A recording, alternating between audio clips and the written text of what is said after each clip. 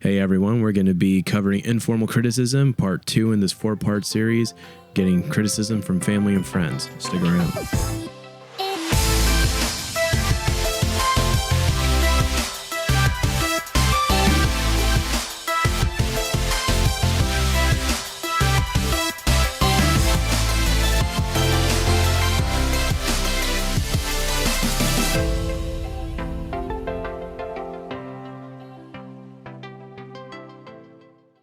Informal criticism can be an interesting beast.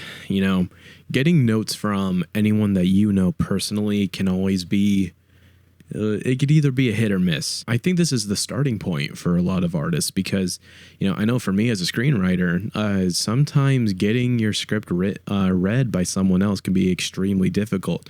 So maybe asking your mom or dad or your sister or brother, best friend, those can be at least a way to get some kind of feedback. It may not be the best feedback, but at least it's something. So here are some pros and cons about the informal criticism.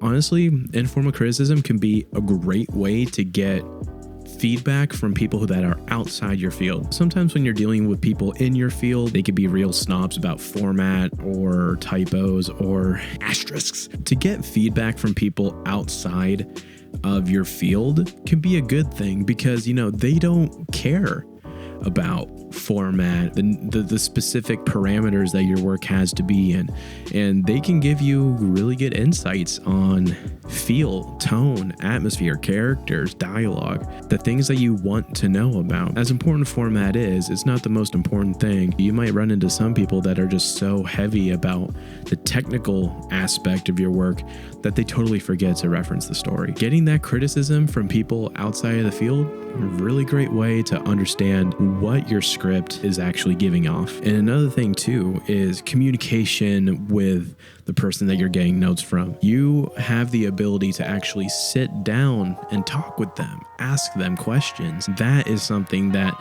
can honestly be really beneficial. If you're able to ask them questions, and that's going to make sure, number one, that they read the thing, but number two, that you can really kind of dive into the nitty gritty. But with that, especially if you're at the start of your career, you got to know what to ask. But having communication in general with the person who's giving you notes, that's going to help you out a lot. With this kind of criticism, there are some cons. You might lack specificity that you're looking for, believable dialogue, story flow, story structure, stuff like that. If you're asking people that are not in your field these kinds of questions, they may not know. They're just gonna be like, yeah, this was a good script.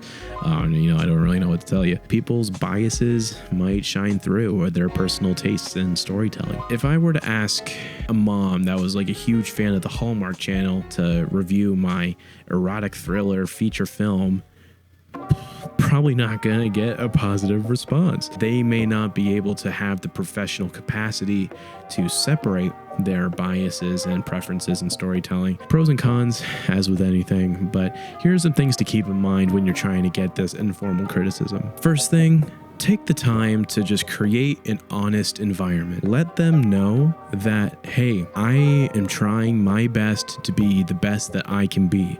And the only way that I'm going to be able to do that is if you are honest with me about how this piece made you feel. And that's all I want to know about. How did this make you feel? Did you like the story? Did you like the characters? Was the plot easy to follow? Creating that honest environment and creating that environment where you can have that back and forth, detrimental with this kind of criticism. If it's with someone that's outside your field, giving them those kinds of easy questions, even though they're easy questions, they're going to be able to help you out a lot. But if you're talking with someone who is in your field, make sure that you're still creating that honest environment, especially when you're starting in film school. My film school in particular really emphasized collaboration. Literally freshman year on our first day, they were like, these are the people you're going to be working with for the rest of your life. So a lot of students aren't going to give you good criticism because they don't see you just as like a friend or whatever. They see you as someone who's going to possibly give them a job in a few years. So of course they're going to, be like, yeah, this is a really good script, even though it may not really be that good. Take the time to be like, hey, I can take it. I just want to know your honest opinions so that way this work can be the best that it can be. Second thing to keep in mind, understand who you're getting notes from. If you're getting notes from a family member, be ready to just create that honest environment. If you're going to ask criticism from that one friend that you know is kind of an asshole, then be ready for some asshole criticism comments. Understanding who you're getting criticism from, absolutely imperative, because the better that you understand the person who's giving you the notes, then the better you're able to kind of cater your questions and cater your expectations from that person. Number 3, truth in numbers. Giving the script to your mom and only your mom, probably not the best idea. What she might notice in the script, you might take too much stock with that. Give your script to about 3 to 5 people. Truth in numbers is really going to help you out, because if one person says it, then that might just be them. But if 3 to 5 people tell you like similar things, then it's you. Then it's your piece. You know what to fix. 4, variety. Talk to people that are both in your field and out of your field, because you want to be able to understand some of the technical aspects that might help you level up as a writer a little bit. Asking people who are not in your field, they might be able to give you some more their insight about what your story is actually doing, how it's being portrayed, and how it comes across. There is strength in variety, just like there is strength in numbers. Number 5, talk, get clarification. Don't be afraid to ask them questions and ask for that why. What do you think is working? What do you think is not? Don't be afraid to talk. Just because it's a critique session doesn't mean you have to be taking it the whole time. As long as you're not getting defensive, and as long as you're not trying to defend your work constantly, and you're actually open to accepting the idea that your work might not be perfect, then yeah, have that back and forth. Talk. It's all right. You're going to get better. Informal criticism can be an interesting beast, but it's definitely something that can be extremely useful, especially when you're starting out.